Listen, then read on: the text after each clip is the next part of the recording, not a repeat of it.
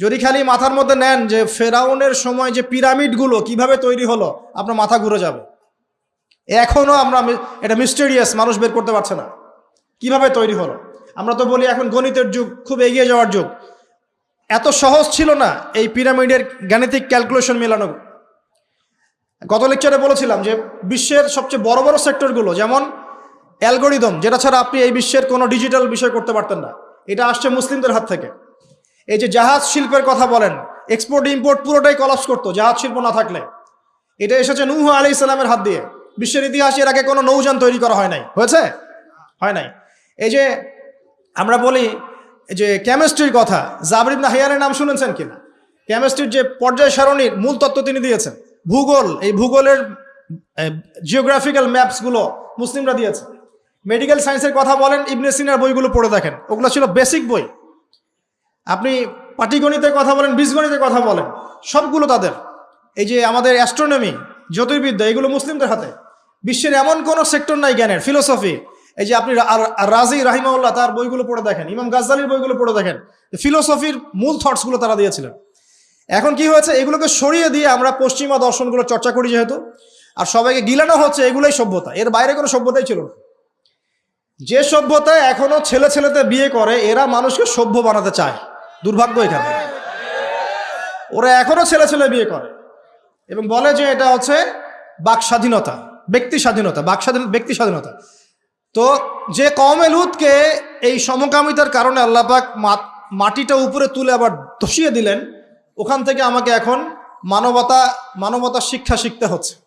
এরা মানবতার ধ্বজাধারী হয়ে আছে এখন, যাদের হাতে সারা বিশ্বের হাজার হাজার না লক্ষ লক্ষ মানুষের রক্ত লেগে আছে, রক্ত, ব্লাড। এবং এই ব্লাডগুলো ইনোসেন্ট মানুষের ব্লাড, নিষ্পাপ মানুষের ব্লাড, নিষ্পাপ শিশুদের ব্লাড লেগে আছে। ওদের কাছে আমাদের শিখতে হচ্ছে এখন যে মানবতা কাকে বলে। এর চেয়ে দুঃখের আর কি আছে মুসলিমদের জন্য? যারা সারা বিশ্বে সুদ খাওয়াচ্ছে মানুষকে, ওদের কাছে শিখতে হচ্ছে যে অর্থনীতির প্রোগ্রেস কেমন করে হবে। কথা বুঝতে পারেন না হয়তো, বুঝবেন ইনশাল্লাহ একদিন। তো আসলে বিষয়টা এমন না, বিষয়টা হচ্ছে যে ইসলাম আল্লাহ পাক দিয়েছেন প্রাচীন কাল থেকেই, এবং আধুনিক পর্যন্ত ইসলাম আছে। এর বাইরে কিছু মতবাদগুলো চলছে, এগুলোকে আমরা ইসলামের সাথে গুলিয়ে ফেলেছি আর কি। কারণ এগুলোর বাহ্যিক চাকচিক্য আছে, দেখে মনে হয় যে বস্তুবাদী সভ্যতা, mills and factories and finance, economic sector অনেক স্ট্রং, অনেক মিলিটারি পাওয়ার, পারমাণবিক ওয়েপন্স, এগুলো দেখলে মানুষের চোখ ধাঁধিয়ে যায়, মনে হয় যে বাপরে বাপ কি একটা অবস্থা, তাই না?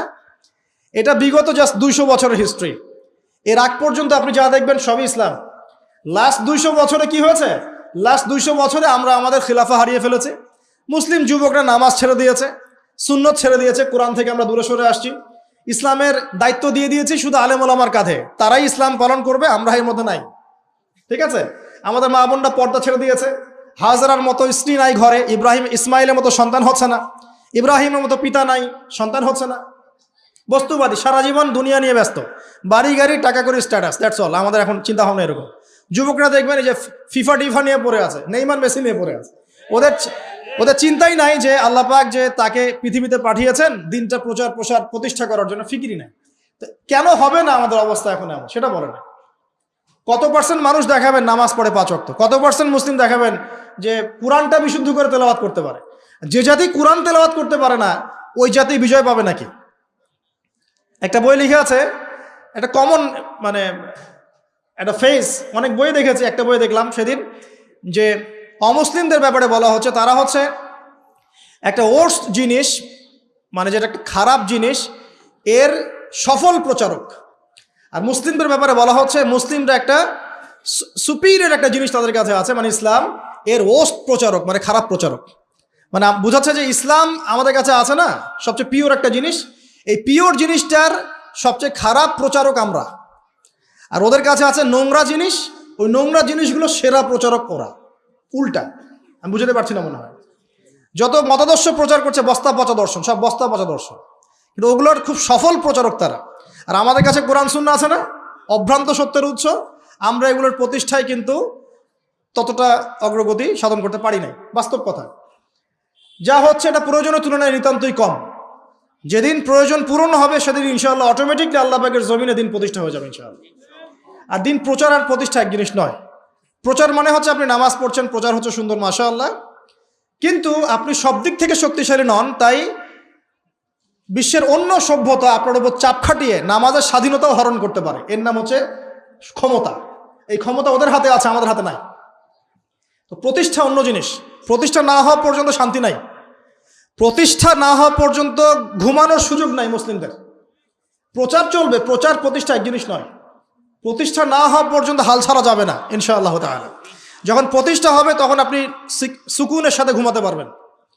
যতক্ষণ পর্যন্ত প্রতিষ্ঠা হয় নাই সমস্যা আছে, যতটুকু চলছে এটাও থাকবে না, এমনও হতে পারে, আল্লাহ না করুক। এখন আসেন, আমরা জানলাম যে ইসলাম চিরায়ত কাল থেকে ছিল। নবী সাল্লাল্লাহু আলাইহি ওয়াসাল্লাম তাহলে কি করলেন? তিনি কি নতুন কোনো শরীয়ত নিয়ে আসলেন? হ্যাঁ, তিনি শরীয়ত নিয়ে এসেছেন ঠিকই, কিন্তু তিনি মানে নতুন কোনো ধর্ম প্রবর্তন করেন নাই। আমাদের একটা ভুল আছে কনসেপ্ট। আমরা বলি ইসলাম ধর্মের প্রবর্তককে নিচে লেখা থাকে সাধারণ জ্ঞান বইয়ে মুহাম্মদ সাল্লাল্লাহু আলাইহি ওয়াসাল্লাম। তা মুহাম্মদ সাল্লাল্লাহু আলাইহি ওয়াসাল্লাম কি ইসলাম নতুন করে প্রবর্তন করেছিলেন? বরং নতুন করে তিনি শরীয়তটা প্রচার করেছেন। তিনি কি লা ইলাহা ইল্লাল্লাহের দাওয়াত ছাড়া অন্য কোনো দাওয়াত দিয়েছেন? আর নূহ আলাইহিস সালামও তো লা ইলাহা ইল্লাল্লাহেরই দাওয়াত দিয়েছেন। আদম আলাইহিস সালাম কিসের দাওয়াত দিয়েছেন? লা ইলাহা ইল্লাল্লাহ। প্রত্যেক নবী কিসের দাওয়াত দিয়েছেন? ফেরাউনের সামনে মুসা কি বলেছেন?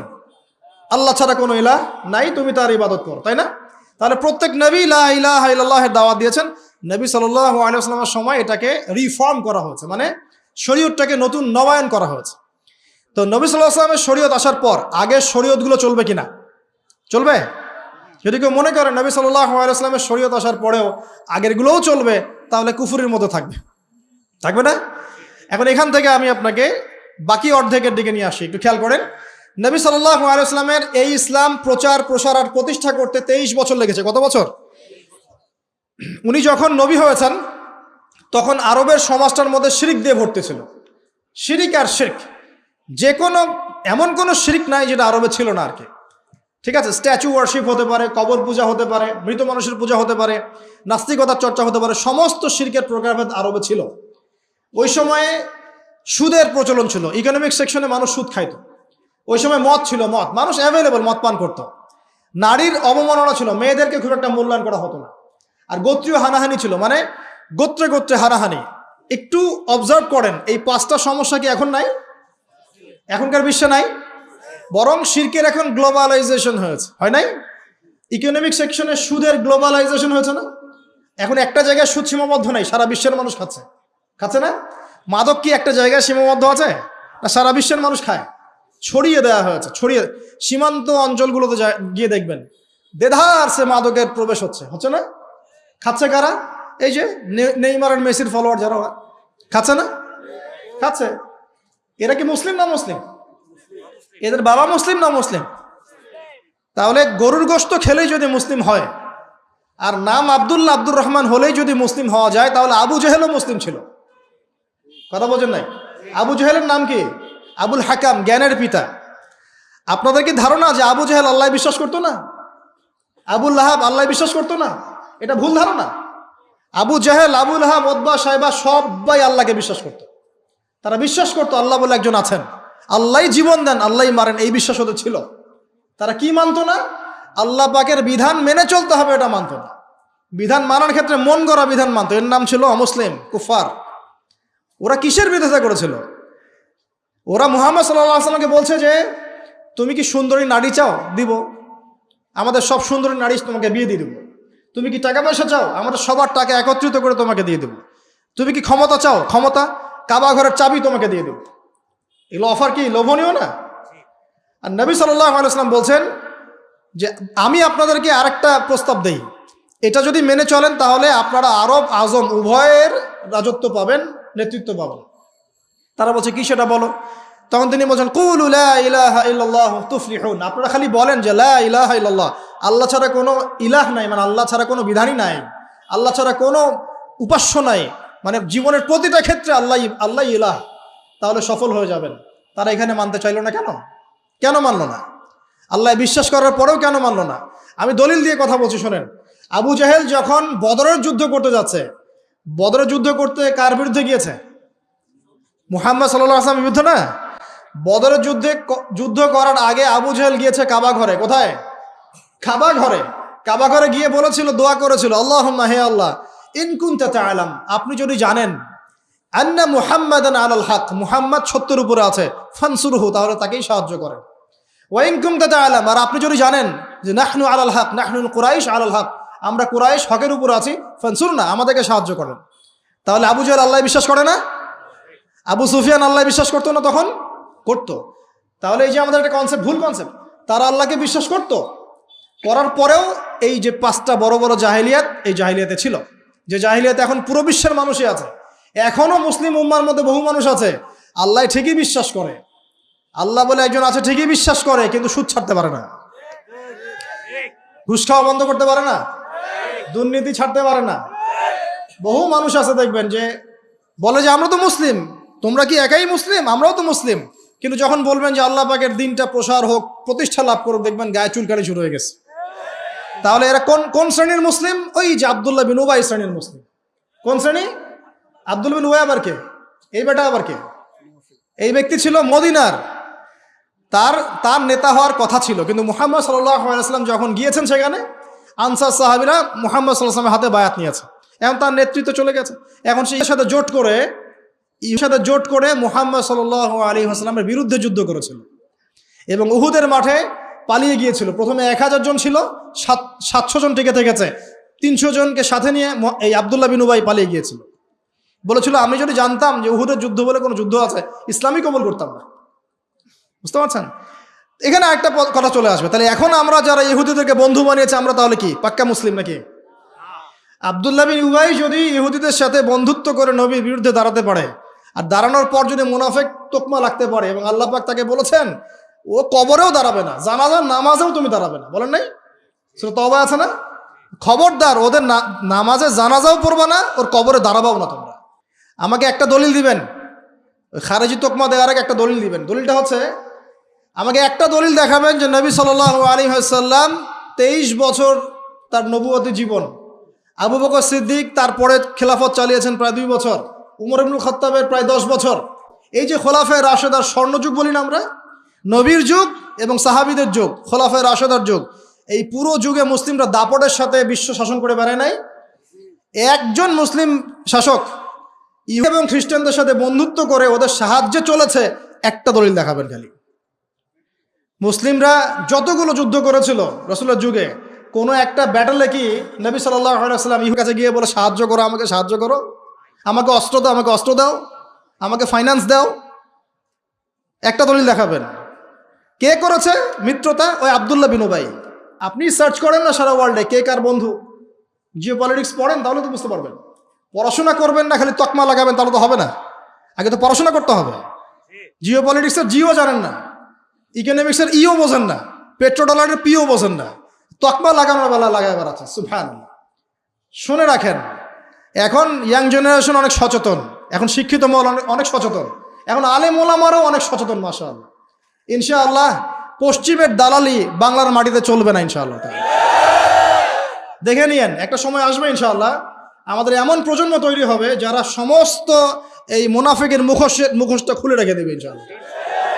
আমরা থাকি আর না থাকি, আর মানুষের ব্যক্তিগত প্রেজেন্স থাকতেই হবে, জরুরি না? ওই যে ইব্রাহিমের কথা বলছি, তিনি কিন্তু জীবিত নাই, তার আদর্শ ঠিকই আছে না? মুহাম্মদ সাল্লাল্লাহু আলাইহি ওয়াসাল্লাম জীবিত নাই আমাদের মধ্যে, তিনি তার জগতে আল্লাহর কাছে তিনি জীবিত, কবরে জীবিত, কিন্তু আমাদের মধ্যে তো আর নাই। আছেন বেঁচে আমাদের মধ্যে? তিনি নাই। তার আদর্শ নাই? আছে। এটা স্পিরিচুয়াল প্রেজেন্স, আধ্যাত্মিক উপস্থিতি, এটা আপনি ডমিনেট করতে পারবেন না। তো এখান থেকে বুঝতে হবে যে রাসূল সাল্লাল্লাহু আলাইহি ওয়াসাল্লাম এমন একটা পরিবেশে জন্ম নিয়েছিলেন, নবুয়ত পেয়েছিলেন, যে পরিবেশটা কিন্তু এখনকার ওয়ার্ল্ডের মতোই ছিল। এই পরিবেশে তিনি 23 বছরে দিন প্রতিষ্ঠা করেছেন। কত বছর? প্রথম 3 বছর গোপন দাওয়াত দিয়েছেন। একটা বইয়ের নাম বলে দেই, পড়লে সব বুঝতে পারবেন, আর রাহিকুল মাখতুম। এই বইটা পড়ুন বাসায় গিয়ে, দেখবেন পুরো 23 বছরে নবী সাল্লাল্লাহু আলাইহি ওয়াসাল্লাম কিভাবে দিনের প্রচার ঘটিয়েছেন, প্রসার করেছেন, কখন হিজরত করেছেন, কখন কি করতে হয়েছে, এটা ডিটেলস লেখা আছে। আমি শর্ট করে বলছি আপনাকে, 23 বছরের প্রথম 3 বছর গোপন দাওয়াত দিয়েছেন। কিরকম দাওয়াত? গোপন। তারপরে প্রকাশ্য দাওয়াত যখন শুরু হয়েছে, নির্যাতন যখন বেড়েছে, তিনি সাহাবীদেরকে বলেছেন প্রথমে তোমরা আবিসিনিয়ায় হিজরত করো। কোথায়? আবিসিনিয়া মানে ওই যে ইথিওপিয়া, ইরিত্রিয়া, যেখানে বাদশাহ নাজাশী ছিলেন, যিনি একজন ভালো খ্রিস্টান ছিলেন, যে বললাম ওদের মধ্যে ভালো মানুষ আছে, খ্রিস্টানদের মধ্যে ভালো মানুষ আছে, জিউসের মধ্যে ভালো মানুষ আছে, কিন্তু তারা নয় বা'দুহুম আউলিয়াউ বা'দ, যারা একে অপরের বন্ধু। ও শেষ করি না একটা, আল্লাহ পাক বলেছেন ওয়া মান ইয়াতাওয়াল্লাহুম মিনকুম, তোমাদের মধ্যে কেউ যদি ওদের দিকে মুখ ফিরায়, ওদেরকে আউলিয়া বন্ধুরূপে গ্রহণ করে, ফাইন্নাহু মিনহুম, সে ওদের অন্তর্ভুক্ত।